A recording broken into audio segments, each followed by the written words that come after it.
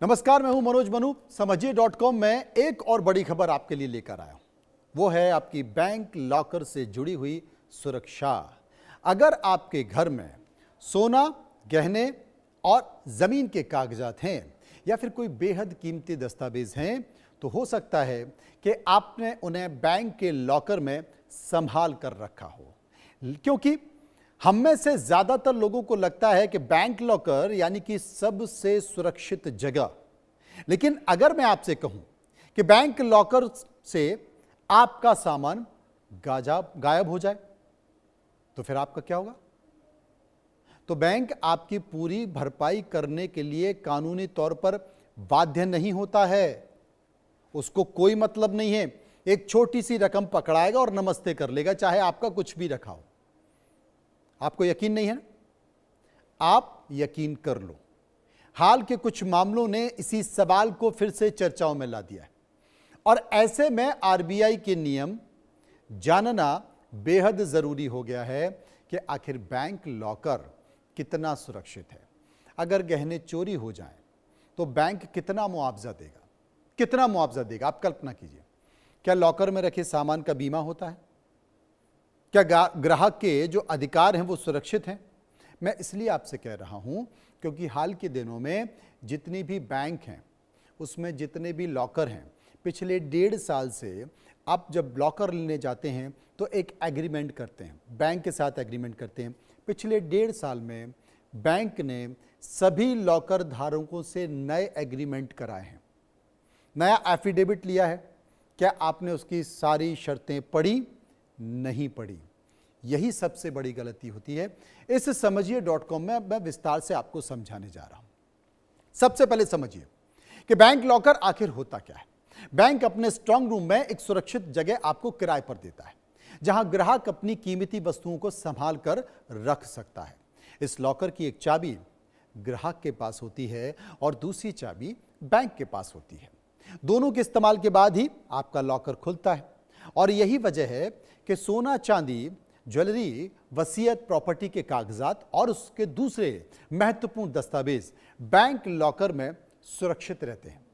लेकिन एक बात हमेशा याद रखिए, बैंक को यह पता नहीं होता है कि आपने अपने लॉकर में अंदर क्या रखा है। यानी कि बैंक सिर्फ एक जगह आपको उपलब्ध कराता है। अंदर रखी वस्तुओं का रिकॉर्ड सामान्य तौर पर बैंक के पास नहीं होता है और न कभी पूछने की कोशिश करता है, जानने की भी कोशिश करता है। वो सिर्फ आपके सामने चाबी लगाता है और अपना मुंह घुमाता है उसका कर्मचारी और चला जाता है। उसके बाद आप दूसरी चाबी से उसको खोलते हो। अब सवाल, अगर आपके लॉकर से सामान गायब हो जाए तो क्या बैंक पूरी कीमत चुकाएंगे? हाल के दिनों में बैंकों से ऐसी बहुत सारी खबरें आई हैं कि उनके बैंक में, उनके लॉकर में रखा हुआ सामान गायब हो गया, लेकिन बैंक ने अपनी जिम्मेदारी से पल्ला झाड़ लिया। तो आपके अगर लॉकर में कोई चीज रखी है और वो गायब हो गई है तो क्या बैंक उसकी भरपाई करेगा? यही सबसे बड़ा भ्रम है। आरबीआई के नियम कहते हैं कि बैंक हर स्थिति में ग्राहक के नुकसान की भरपाई करने के लिए जिम्मेदार नहीं है।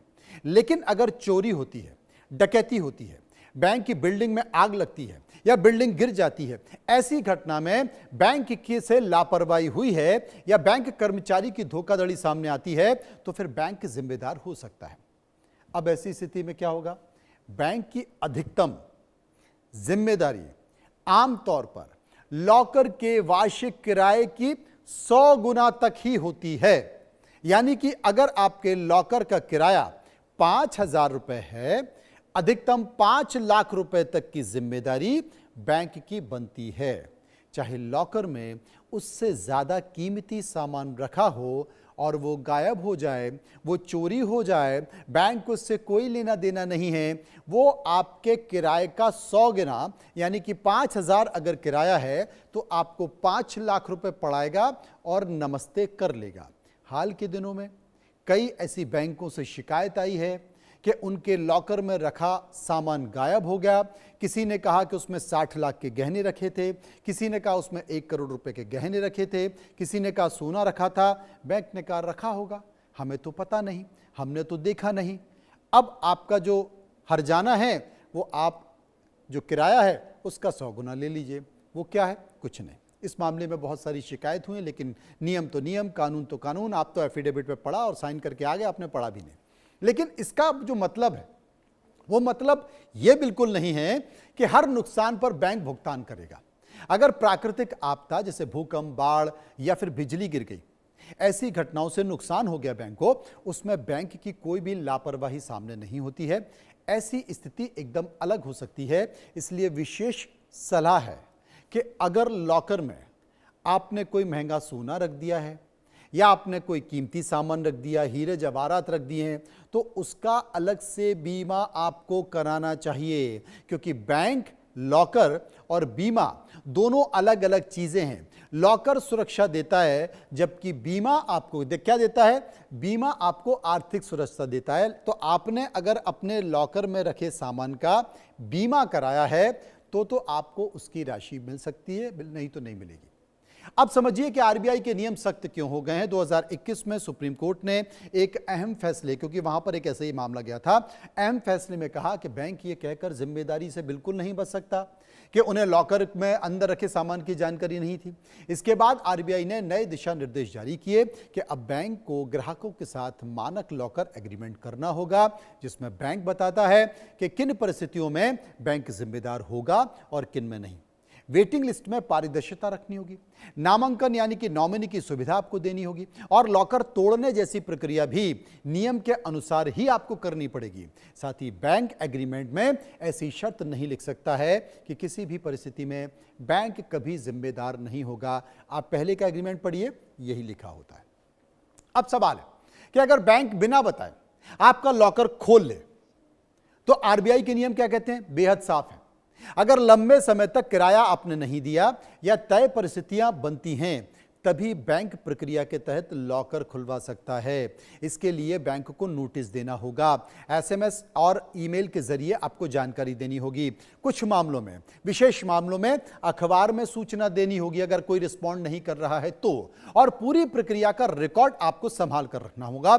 यहां तक कि लॉकर तोड़ने की प्रक्रिया का आपको वीडियो रिकॉर्ड करना पड़ेगा कि लॉकर ये तोड़ा गया और उसमें क्या रखा है, वो एक एक करके बताना होगा, ताकि बाद में कोई भी विवाद होने के बाद आपके पास सबूत मौजूद हो, जिससे आप ये कह सकें कि हाँ साहब देखिए हमने पूरी पारदर्शिता रखी है।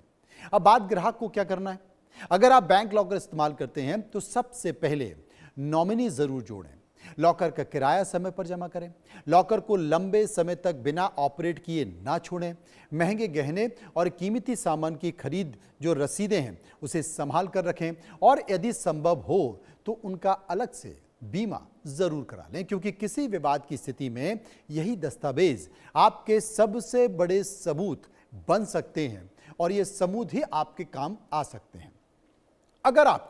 अगर आपको लगे कि बैंक की लापरवाही में आपका नुकसान हुआ है तो सबसे पहले बैंक में लिखित शिकायत दर्ज कराएं।